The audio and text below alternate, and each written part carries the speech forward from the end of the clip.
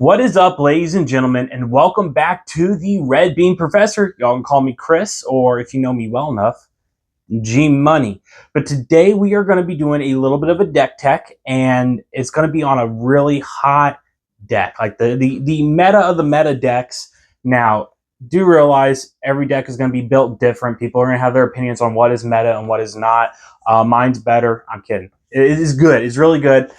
And this deck stays above the rest most of the time. Now, fire and lightning, they tend to, usually lightning comes on top. Sometimes it doesn't. But without further ado, I have Raizan. I'm not going to call her Raizan this time. Raizan here with me. And we're going to do a top-down overview. But before we do that, I would like to say, hey, we have a smaller community. Azuki's just starting out. So every subscriber helps bring new people into it. Gets the channel a little more popular, more people see it, more people play Azuki. So if you could subscribe to this channel, that would help a lot. But without further ado, we're going to do a top-down of Raizan. All right, let's go. So when running Raizan, she comes with the Surge Gate automatically in her leader deck. It's a great card. You want to keep it in there. Now, Raizan's ability states that once a turn, I could pay 1 IKZ and give an entity equipped with a weapon card charge, which means immediately when it is in the garden with charge, it can attack as long as a weapon is attached to it. It will come in clutch probably around turn 3, turn 4 to do that.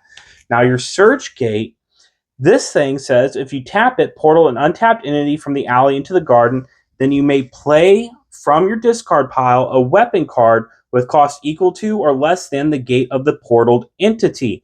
So we want to move our equipments that are over here into the discard pile so we can move them back out. Like when you portal up a entity with a 1 cost, a 2 cost, or a 3 cost in the gate ability, we can pull out Tension, we can pull out Lightning Shuriken, whatever we can pull out to either equip our leader or equip one of our entities. Now, we have a lot of entities that allow us to put things in the discard pile. Starting out, my favorite card in this deck for turn 1 is Great Kuriboh. If I don't have this in my starting hand, I'll usually mulligan. Now, on play, put 3 cards from the top of your deck into your discard pile. If you have no weapon cards in your discard pile, when you activate this ability, put 5 cards instead, which makes sense. You want to turn 1. You want to drop it and get rid of 5 cards and have a higher chance of not whiffing. All right, so I run about 4 of the Crate Rats. Now, the Black Jade Recruit. You may discard a weapon card, look at the top 5 cards of your deck, reveal up to 1 weapon card, and add it to your hand, then bottom deck the rest in any order. I also love this in my first hand. It's not always there. This one is not as big of a deal as the Crate Rat, but it's pretty good. I run about 4 of these in my deck. All right, let's go to our 2 cost. Another card I love, and I will not remove, is the Black Jade Pawnbroker. A lot of people think it's, removable. I like it.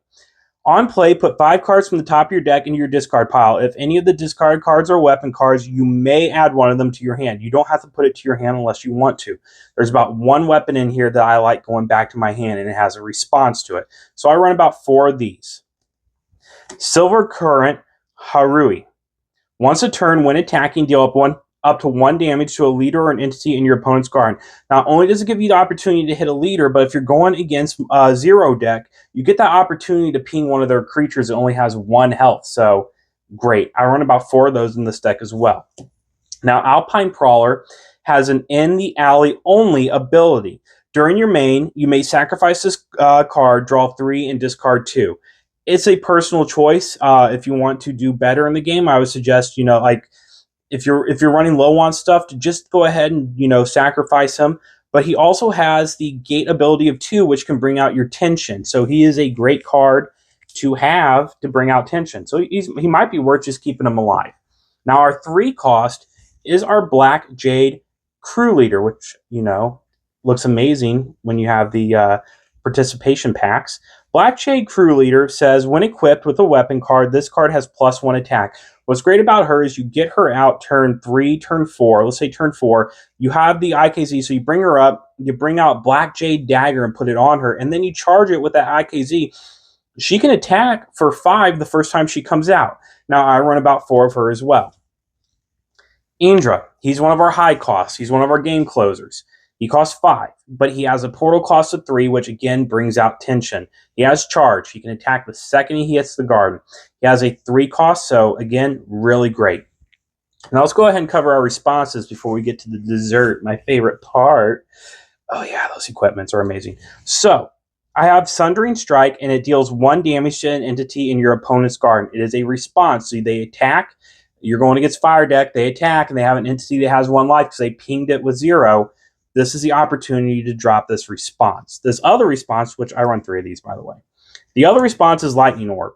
It also deals 1 damage to a leader or an entity in an opponent's garden. It takes care of your Fire decks you're going up against. Sorry, Zero. I love you to death, but you got to take care of the 0 issue sometimes. For our equipment and Lightning Orb, I run 4. I didn't say that. Black Jade Dagger. On play, you may deal 1 damage to your leader. This card gives an additional +1 attack. Oh, the turn 1 to get, the rat out, get this in your discard and immediately go to it is beautiful. So by doing that, you attach it to, Raizan turn 1, and then you just ding her for 1, give her 2 attack, swing out. I run 4 of these in this deck. Hidden Dagger. This is a really good one, and you might be like, but it only does 1 attack. It's a response. So you want this one in your hand, right? And that's where the one dude, the 2 cost says you can bring a weapon to your hand. This is where it comes in handy. So this does 1 damage, but this card can be played as a response. You have it in your hand. They attack your leader. You attach the Hidden Dagger